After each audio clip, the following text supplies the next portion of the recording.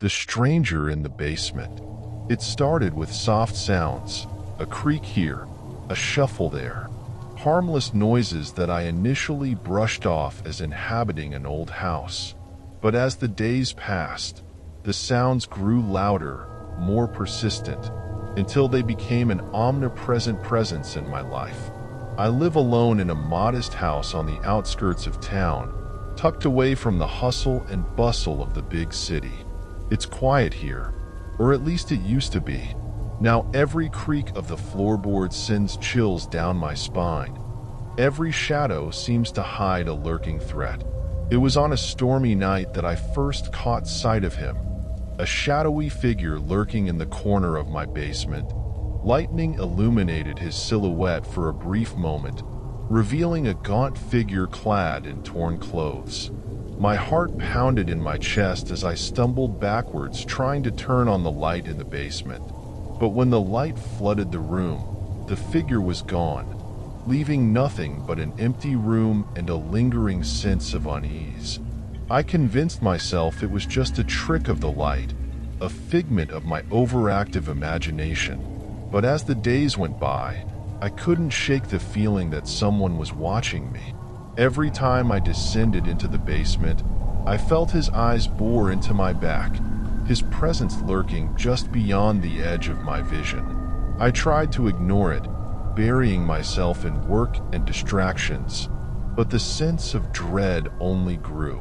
In the dead of night, I began to hear whispers, faint murmurs that seemed to come from the very walls.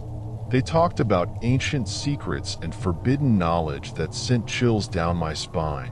One night, unable to bear the weight of my paranoia any longer, I ventured into the basement armed only with a flashlight and a sense of determination. The air was thick with anticipation as I descended the creaking stairs, each step echoing in the silence like a death knell.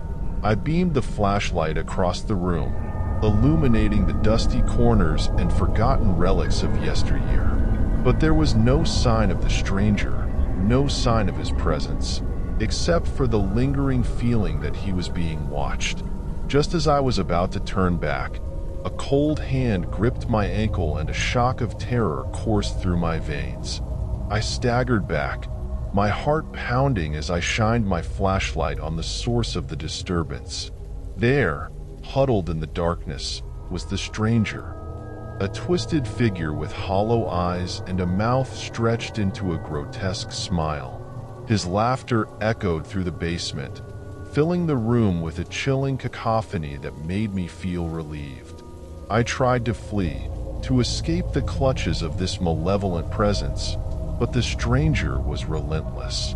With each step I took, he came closer, his form twisting and changing like a specter from a nightmare. I tripped and fell, the cold concrete floor biting into my skin as I scrambled backwards. But no matter how far I ran, the stranger was always there, his laughter ringing in my ears like a mad chorus. In a moment of desperation, I reached for the nearest object, a rusted pipe lying forgotten in the corner of the room. With a primal scream, I swung it at the stranger, the metal connecting with his form with a sickening thud. There was silence for a moment, a deafening emptiness that seemed to stretch on forever. And then, slowly, the laughter started again, a low, throaty sound that sent chills down my spine. I ran out of the basement, alien laughter ringing in my ears as I ran up the stairs into the safety of the night. But even now, sitting alone in my room, I can still hear him.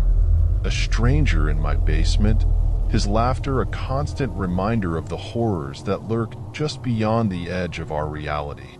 Little Emily's haunting. Ever since I moved into the old Victorian house on Willow Street, strange things began to happen. At first it was just subtle, a misplaced object here, a flickering light there. I brushed it off as the quirks of an old house, but as time went on the disturbances became more pronounced and disturbing. I live alone in a house, surrounded by creaking floorboards and drafty hallways. It's a charming place, or so I thought when I first bought it. But now every corner seems to hold a hidden secret. Every shadow hides something ominous.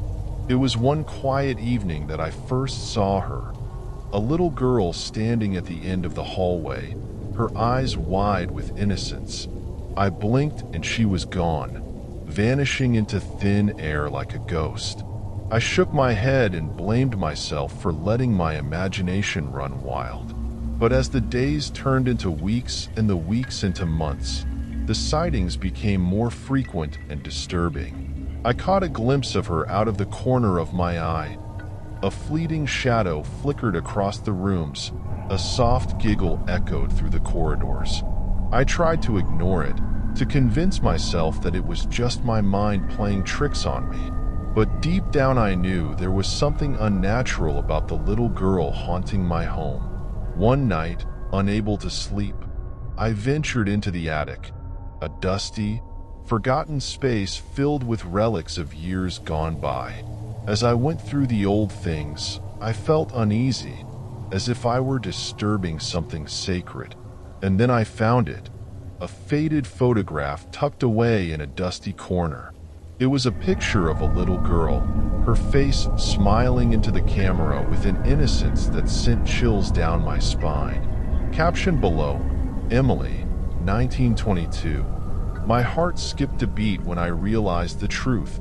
The little girl haunting my home was Emily, a child from a bygone era trapped between worlds. But why was she here, and what did she want from me? Feeling anxious, I began to research the history of the house, uncovering dark secrets buried beneath layers of time. It turns out that Emily was the daughter of the original owners, a wealthy family that lived in the house almost a century ago. However, tragedy struck the family. The house was engulfed in fire, which claimed the lives of Emily and her parents. Their ghosts are said to haunt the house, forever trapped in a cycle of torment and despair. As I delved deeper into the history of the house, strange things began to happen. Objects would move on their own, doors would slam shut without warning, and I always felt Emily's presence lurking just beyond the edge of my vision, watching, waiting. One night, as I lay in bed, I felt a cold breeze sweep through the room, chilling me to the core. I opened my eyes to see Emily standing at the foot of my